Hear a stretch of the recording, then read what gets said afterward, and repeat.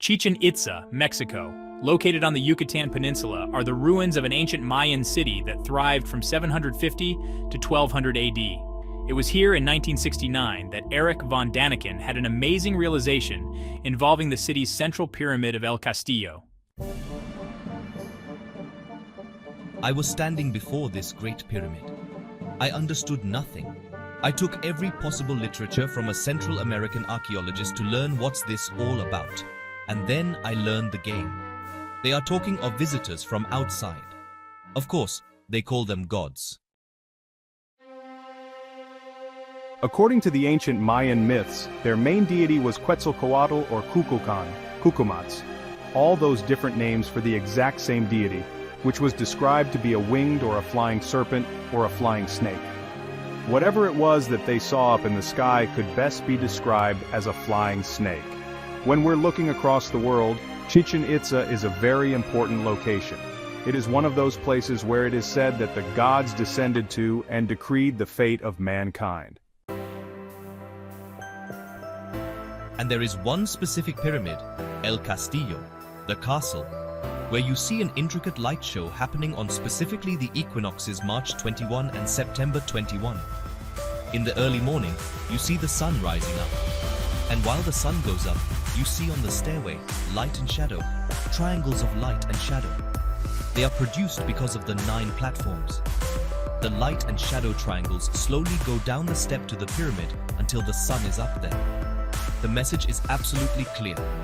God Kukulkan visited the earth and disappeared again with the promise to return in a faraway future. So they have given this, all information of the return of the gods, into their temple. To another Mayan temple, one that housed what some say was the first ancient astronaut, Lord Pakal. At the ancient Mayan city of Palenque was a tomb that was discovered in the 1950s. And inside this tomb was a lid on this sarcophagus for Lord Pakal, and that lid is very highly decorated with a picture of Lord Pakal. And in that picture, he's doing some really unusual things. You see a man bending forward almost like a racing motorcyclist. He has his nose on some kind of oxygen mask. He uses his upper hand to manipulate the knob. You see his lower hand, he manipulates some controls. He's sitting on a kind of chair in a sort of capsule. When Eric looked at that lid, he saw a Mayan king in a rocket ship. And that guy was returning to the stars, going back into space. It was an exciting interpretation, and it was one of the main things in Chariots of the Gods. And when other people looked at that lid and saw his explanation, they had to agree with him. The hieroglyphic stairway at Copan is one of the most extraordinary achievements of the Maya civilization. This stairway, with its intricate carvings, tells the story of the rulers of Copan and their deeds. Each step is adorned with hieroglyphs, making it the longest known Maya text. The stairway is a testament to the Maya's sophisticated understanding of writing and their dedication to recording their history. Then, in 1880, German librarian and anthropologist Ernst Forstermann cracked the code. Ernest Forstermann was a librarian at Dresden, and in his desk, he kept one of the 4 Maya books, the Dresden Codex. He was a brilliant mathematician and extremely logical and had enormous insights. And at a time when we couldn't read a single Maya hieroglyph, he was able to figure out the Maya calligraphy. Mexico, the Yucatan Peninsula. For over 2,000 years, rain-drenched jungles and fertile plains served as the home of one of the ancient world's greatest civilizations, the Maya. Scholars estimate that between 250 and 900 AD, the Mayan population consisted of between 15 to 20 million people and extended as far south as Costa Rica and Guatemala. Archaeological evidence suggests the Maya were one of the first ancient people to develop a written language, used modern mathematical methods, and built massive multi-story celestial observatories, all at a time when Europeans were struggling through the so-called Dark Ages. The Maya are considered one of the great advanced civilizations with hyper-advanced astronomy, astrology, trigonometry, architecture, all of these things, while the Europeans were at the most amazing Mayan achievement was their system of charting the stars and planets in the form of a calendar.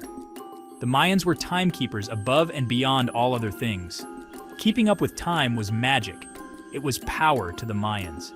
They were tracking in particular Venus, phases of the moon, eclipses, but they also tracked precession, which is an extraordinarily long cycle. What it means is that every year on, say, March 15th, the Pleiades rise for the first time in the sky. If you wait 72 years, the day of the rising of the Pleiades will be one day earlier. If you wait another 72 years, it'll be a day earlier still. And if you wait 26,000 years, the Pleiades will move back to that same day.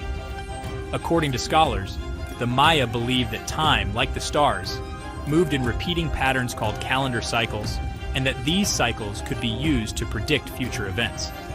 One of these calendar cycles, the Mayan long count, lasts for 5,125 years and will end on December 21st, 2012. But why? Why did the Maya choose this date, and what did they believe would happen to our world? Perhaps a clue can be found in an astronomical phenomenon located at the center of the Milky Way galaxy, an area where there are no stars. The Mayans knew not only did they know where the center of the galaxy was, but they understood that it was a light year across black hole that they called the Great Rift. The Maya believed this was the birth canal of the universe, and that all things came from the birth canal of the universe. And on December 21st, 2012, the Earth, the Sun, and this birth canal, the dark rift, are all in perfect alignment, and this only happens every 26,000 years. Could the fact that the Mayan long count calendar ends on the same day as this rare alignment in the Milky Way galaxy be a mere coincidence? And did this advanced understanding of celestial cycles really come from ancient Mayan astronomers observing the stars with only their naked eyes? The Mayans believed that this knowledge came to them from their gods, and their gods then existed in the stars. So is it possible that these gods could have been extraterrestrials? The answer to that question is yes, it's possible. According to the Maya themselves, this knowledge was not something that they came up with, but it was given to them as a gift from the gods. The gift back then was not material stuff. It was knowledge. Knowledge is the currency of the universe. Hurtles towards the planet at approximately 12 miles per second and strikes the region now known as the Yucatan Peninsula with a force of 100 million megatons of TNT. According to mainstream science, this catastrophic event forever changed the climate and the topography of Earth and ended the reign of the dinosaurs. The object that came in was 8 or 10 miles in diameter. That impact dug a deep hole, lofted material into the atmosphere, black dust which shrouded the planet in darkness for months, maybe for a couple of years.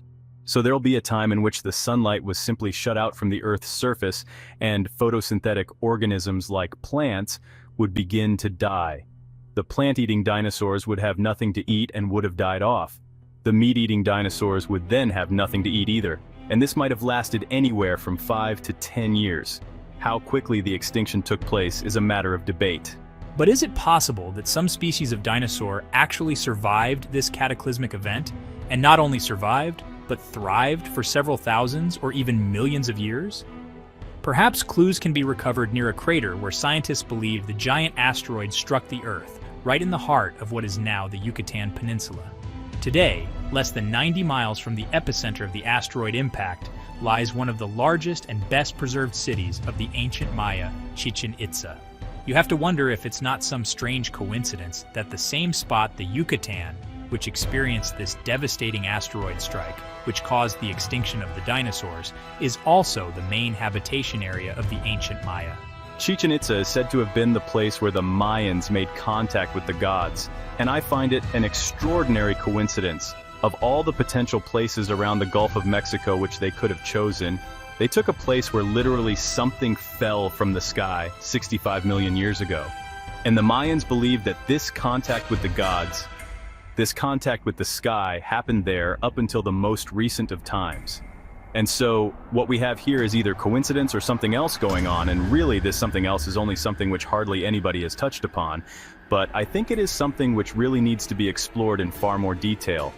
In the Mayan area and other areas of Mexico, there are curious depictions of dinosaurs. There's pterosaurs, there's a famous dinosaur that appears on one of the paintings at Bonampak.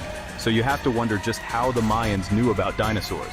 Supposedly, dinosaurs have been extinct for millions of years. But if, as mainstream scientists believe, the dinosaurs had been extinct for millions of years before the evolution of mankind on this planet, then what would explain the wealth of Mayan art depicting interactions between humans and what appear to be dinosaurs found in the very area where they supposedly died off? Mexico City. Beneath the current-day capital of Mexico lie the ruins of the ancient Aztec metropolis known as Tenochtitlan. The Aztecs dominated much of central Mexico from the 14th to the 16th century AD, and Tenochtitlan is considered to be their first official settlement, an incredibly sophisticated city featuring a grid system of canals and causeways. But, according to their historical texts, the Aztec civilization did not originate here. The Aztecs say they started from this place up in the north called Chichimoztac. It was a cave, and inside that cave it had 7 different caverns, and there were said to be 7 different tribes, and the Aztecs say they were part of the 7 tribes that came from the 7 chambers of Chichimoztac. While Chichimoztac was once thought to be a mythological place, some scholars believe archaeological evidence suggests that it really did exist, and is located at the site of the ancient pyramid complex known today as Teotihuacan.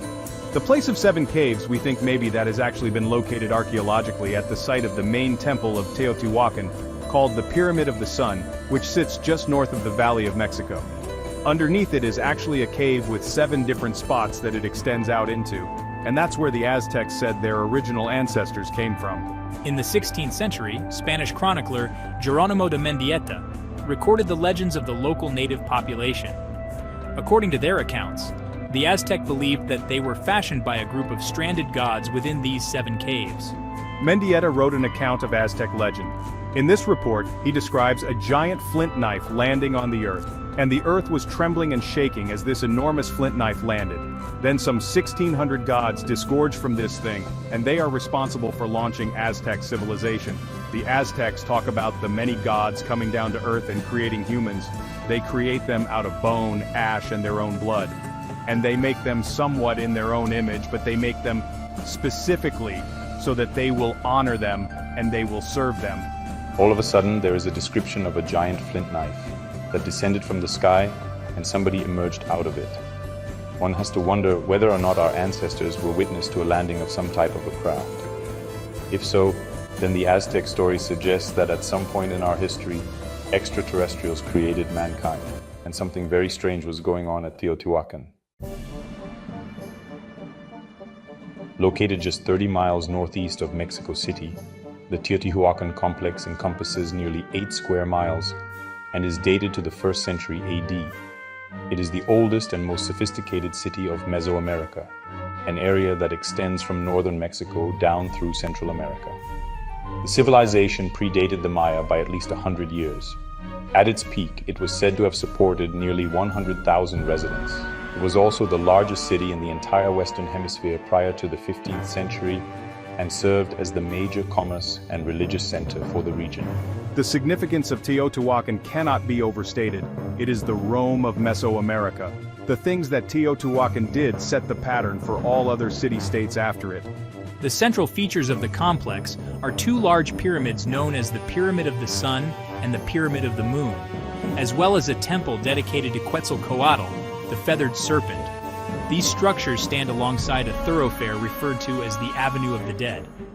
Over 200 smaller buildings, platforms, and pyramids are found adjacent to the avenue, and there are thousands of living quarters just outside the complex. But as incredible as Teotihuacan is, no one knows exactly who built this metropolis or what happened to its occupants. Teotihuacan, despite its size, has no hieroglyphs whatsoever. There are other cultures in Mesoamerica that were using writing systems.